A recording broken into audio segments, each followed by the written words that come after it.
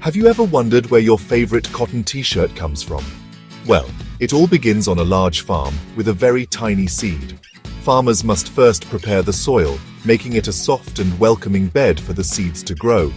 They use big machines called plows to turn the earth over, making it loose and airy. This important step helps the future plant's roots spread out easily to find water and nutrients. The farmers wait for the perfect time to plant, usually in the spring when the ground has warmed up after the cold winter. The warm soil tells the seeds that it is time to wake up and start their incredible journey into becoming a tall, green plant. Once the soil is ready, the planting can begin. Farmers use a special machine called a seed planter.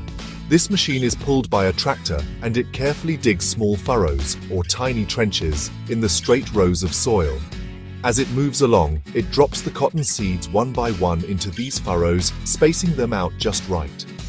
Giving each seed its own space is very important. This ensures that every plant will have enough room to grow big and strong without getting too crowded. After dropping the seeds, the planter gently covers them with a thin layer of soil, tucking them in safely where they can begin to sprout. After planting, the seeds need two main things to start growing: warmth from the sun and water. Farmers watch the weather very carefully. If it doesn't rain enough, they have to water the fields themselves. They use long pipes or big sprinklers in a process called irrigation to give the thirsty seeds a drink. This helps the hard outer shell of the seed to soften, allowing a tiny root to push its way out and dig down into the earth. Soon after, a small green shoot will push its way up through the soil, reaching for the sunlight. This exciting moment is called germination, and it is the very first sign that a new cotton plant is alive. Taking care of the new cotton seedlings is a full-time job for the farmer. Just like in a garden, unwanted plants called weeds can start to grow in the cotton fields. These weeds try to steal water and sunlight from the young cotton plants. To stop this, farmers must remove the weeds, either by pulling them out with special tools or by using machines that can carefully plow between the rows without hurting the cotton. They also have to watch out for tiny insects that might want to eat the tender leaves of the new plants. Farmers work hard every day to protect their crop, ensuring that each little plant has the best chance to grow up healthy and strong. As the spring days turn into warm summer months, the small cotton seedlings grow much bigger. They transform into bushy green plants that can be about as tall as your waist.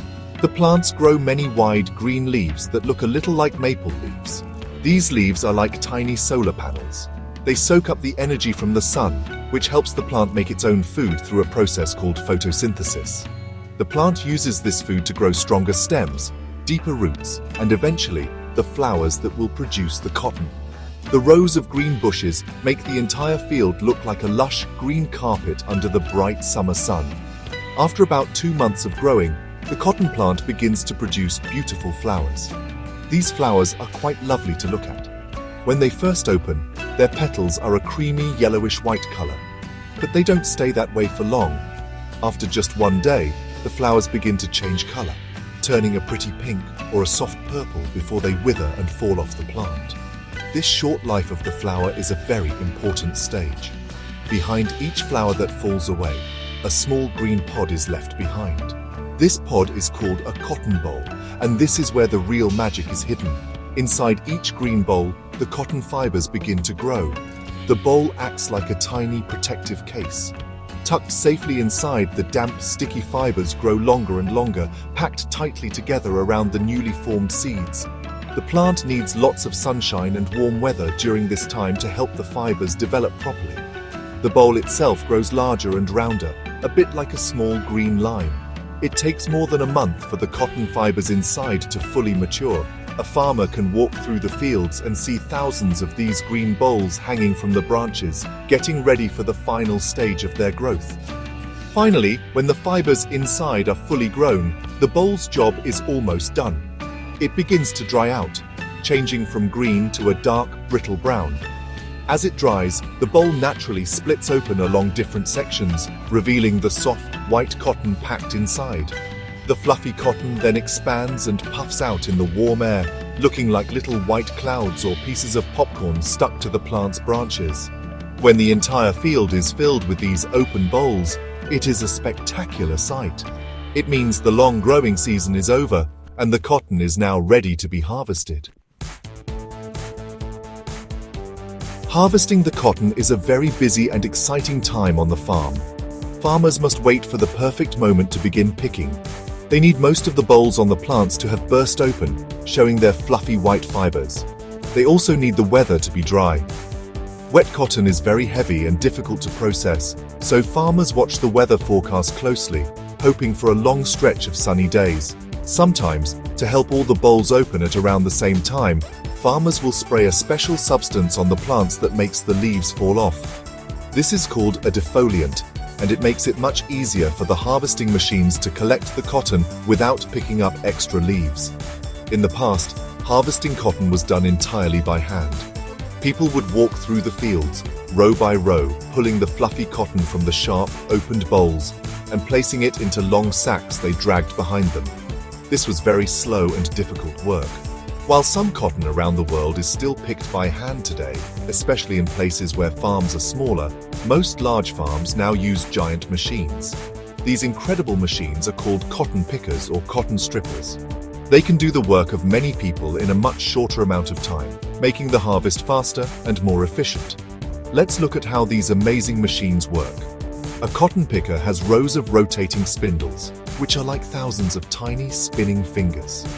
As the machine drives over the cotton plants, these spindles pluck the cotton fibers from the open bolls, leaving the empty boll husk on the plant.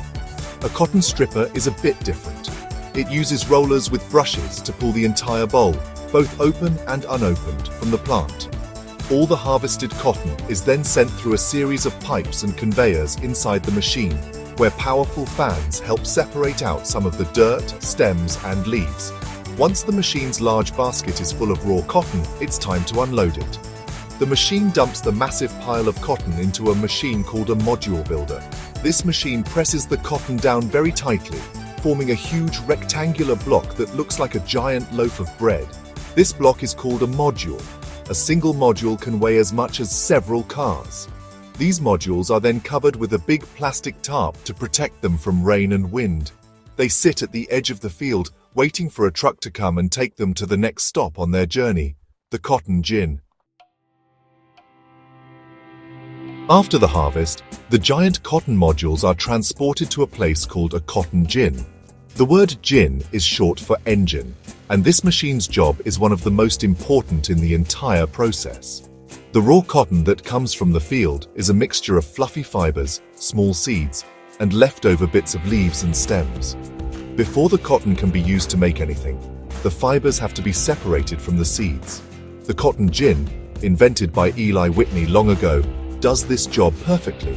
It pulls the cotton fibers through narrow slots that are too small for the seeds to pass through, effectively combing the seeds out. Inside the gin, the cotton goes on quite a ride.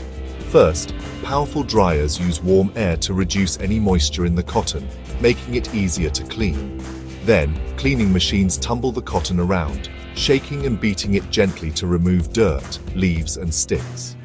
After this cleaning, the cotton finally reaches the gin stand, where the seeds are removed.